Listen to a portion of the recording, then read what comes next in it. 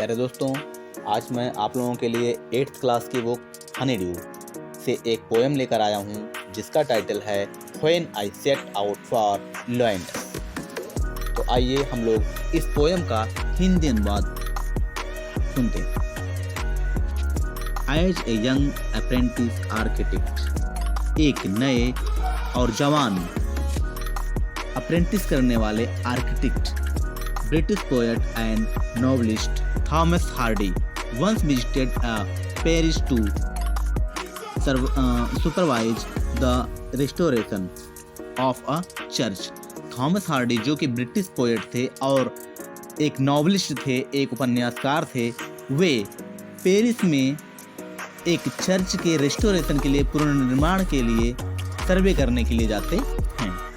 On his return from the Paris, और जब वे Paris से लौट कर आते हैं या उनके लौटने पर, people noticed two things about him, लोगों ने उनके बारे में दो चीज़ें नोटिस किया। क्या? पहला, new glow on his eyes and crumpled piece of paper sticking out of his coat pocket.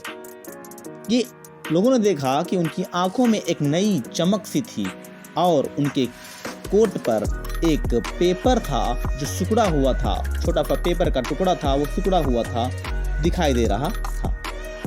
That paper it is recorded in one of his biographies, और यही जो पेपर का टुकड़ा था यह उनकी बायोग्राफी को लिए हुए था, उनकी जीवनी को लिए हुए था। Contained the draft of a poem, जो एक पोएम के रूप में लिखा गया था। You are going to read that very poem inspired by a visit to a place where the poet calls lioness। अब आप ये पोएम पढ़ने जा रहे हैं जो इंस्पायर किया गया है थॉमस हार्डी के जीवन से, और वो इनको लॉयनेस के नाम से कहते हैं। इस पोएम को स्टार्ट करते हैं। When I set out for lioness, poet Thomas Hardy ji कहते हैं, जब मैं लॉयनेस के लिए निकला 100 miles अवे, अपने घर से सैकड़ों मील दूर, the rhyme was on the spray, जो ओस की बूंदें थी वे पूरी पत्तियों पर फैली हुई थीं। ऑल स्ट्रेट लिट माई लोननेस, और यह ओस की बूंदें मेरे एकाकीपन को, मेरे अकेलेपन को पूरी तरह से तारों की चमक से रोशन कर रही थीं, या कह सकते हो कि उसको पूरी तरह से रोशनी दे रही थीं। When I set out for lioness, जब मैं लॉयनेस के लिए चला 100 miles अवे, जो सैकड़ों मील दूर था। नेक्स्ट स्टैंजा देखेंगे। What would Behance at lioness, हम को जब भी मौका मिलेगा लॉयनेस में रुकने के लिए, while I should sojourn there, जब मैं वहाँ पर ठहरूंगा, मुझे जब भी मौका मिलेगा तब मैं वहाँ पर ठहरूंगा, या उस तरीके का मौका किस तरीके से तब हमें मिलेगा जब मैं वहाँ पर ठहरूंगा। नो प्रोफेट ट्रस्ट डिक्लेयर, किसी भी प्रोफेट मीन्स होता है किसी पैगंबर ने ट्रस्ट मीन्स होता है साहस किया है, डेयर किया है, डिक्लेयर मीन्स होता है बताने के लिए। किसी भी पैगंबर ने यह बताने के लिए साहस भी नहीं किया हुआ है कि मुझे वहाँ पर रुकने का मौका कब मिल पाएगा।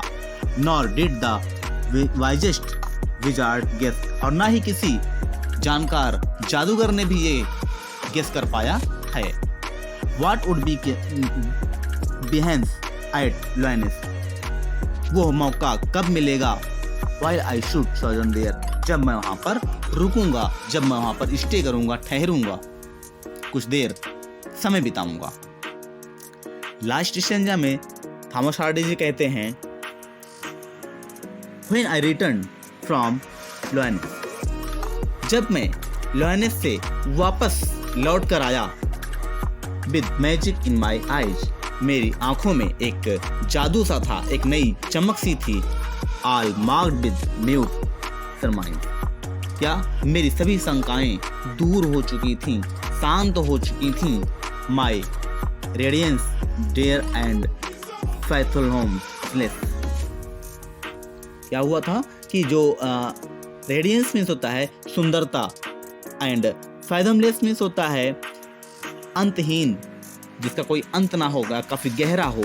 मेरी जो सुंदरता थी, रेयर मीन्स होता दुर्लभ एंड फैथमलेस बिल्कुल अंतहीन थी, गहरी थी। मेरी जो सुंदरता थी वो बड़ी दुर्लभ थी और जिसका कोई अंत नहीं होने वाला था या अंतहीन हो गई थी।